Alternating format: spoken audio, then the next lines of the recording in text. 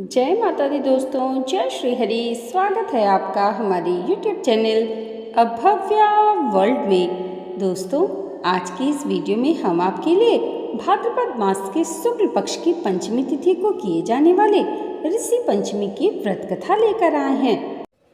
सतयुग में विदर्भ नगरी में सेनजीत नामक राजा हुए। वह ऋषियों के समान थे।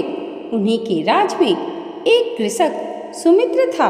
उसकी पत्नी जयश्री बड़ी ही पतिव्रता थी। एक समय वर्षा ऋतु में जब उसकी पत्नी खेती के कामों में लगी हुई थी तो वह रजस्वला हो गई।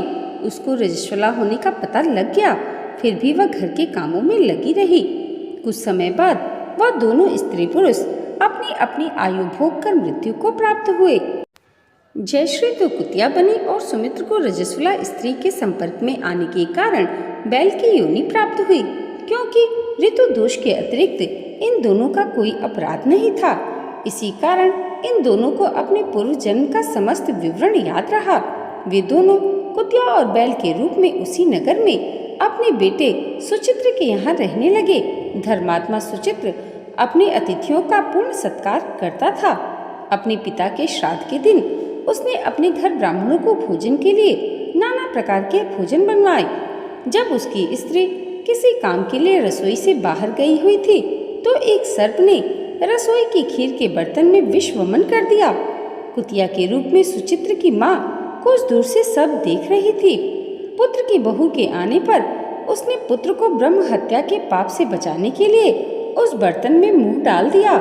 सुचित्र की पत्नी चंद्रवती से कुतिया का यह कृत्य देखा न गया और उसने चूल्हे से जलती हुई लकड़ी निकालकर उसको उस गर्म लकड़ी से मारा। बेचारी मार खाकर इधर उधर भागने लगी। चौके में जो जूठन आदि बची थी वह सब सुचित्र की बहू उस कुतिया को डाल देती थी, लेकिन क्रोध के कारण उसने वह भी बाहर फिकवा दी। सब खाने का सामान फिकवा कर बर्तन साफ करके दोबारा खाना बनाकर ब्राह्मणों को खिलाया। रात्रि के समय भूख से व्याकुल होकर वह कुतिया बैल के रूप में रह रहे अपने पूर्व पति के पास आकर बोली, हे स्वामी, आज तो मैं भूख से मरी जा रही हूँ। वैसे तो मेरा पुत्र मुझे रोज खाने को देता था, लेकिन आज मुझे कुछ नहीं मिला। सांप के विष वाले खीर के बर्तन को अनेक ब्रह्म हत्या के भय से छूकर उनके न खाने योग्य कर दिया था। इस कारण उसकी बहू ने मुझे मारा और खाने को कुछ भी नहीं दिया। तब वह बैल बोला, हे भद्रे, तेरे पापों के कारण तो मैं भी इस योनि में आ पड़ा हूँ और आज बोझा ढोते ढोते मेरी कमर टूट गई है। आज मैं भी खेत में दिन भर हल में जुता रहा। मेरे पुत्र ने आज मुझे भी भोजन नहीं दिया और मुझे मारा भी बहुत। मुझे इस प्रकार कष्ट देकर उसने इस श्राद्ध को निष्फल कर दिया। अपने माता पिता की इन बातों को सुचित्र सुन रहा था। उसने उसी समय दोनों को भरपेट भोजन कराया और फिर उनके दुख से दुखी होकर वन की ओर चला गया। वन में जाकर ऋषियों से पूछा कि मेरे माता पिता किन कर्मों के कारण इन नीची योनियों को प्राप्त हुए हैं और किस प्रकार से इनको छुटकारा मिल सकता है। तब सर्वोत्तमा ऋषि बोले, तुम इनकी मुक्ति के लिए पत्नी सहित ऋषि पंचमी का व्रत धारण करो तथा इसका फल अपने माता पिता को दे दो। भाद्रपद माह की शुक्ल पंचमी को मुख शुद्ध करके मध्याह्न में नदी के पवित्र जल में स्नान करना और नए रेशमी वस्त्र पहनकर सप्त ऋषियों का पूजन करना।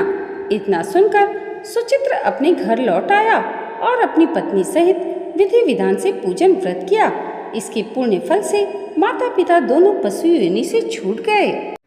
दोस्तों, ऋषि पंचमी का व्रत सप्त ऋषियों को समर्पित होता है और महिलाओं के लिए बहुत ही शुभ माना जाता है।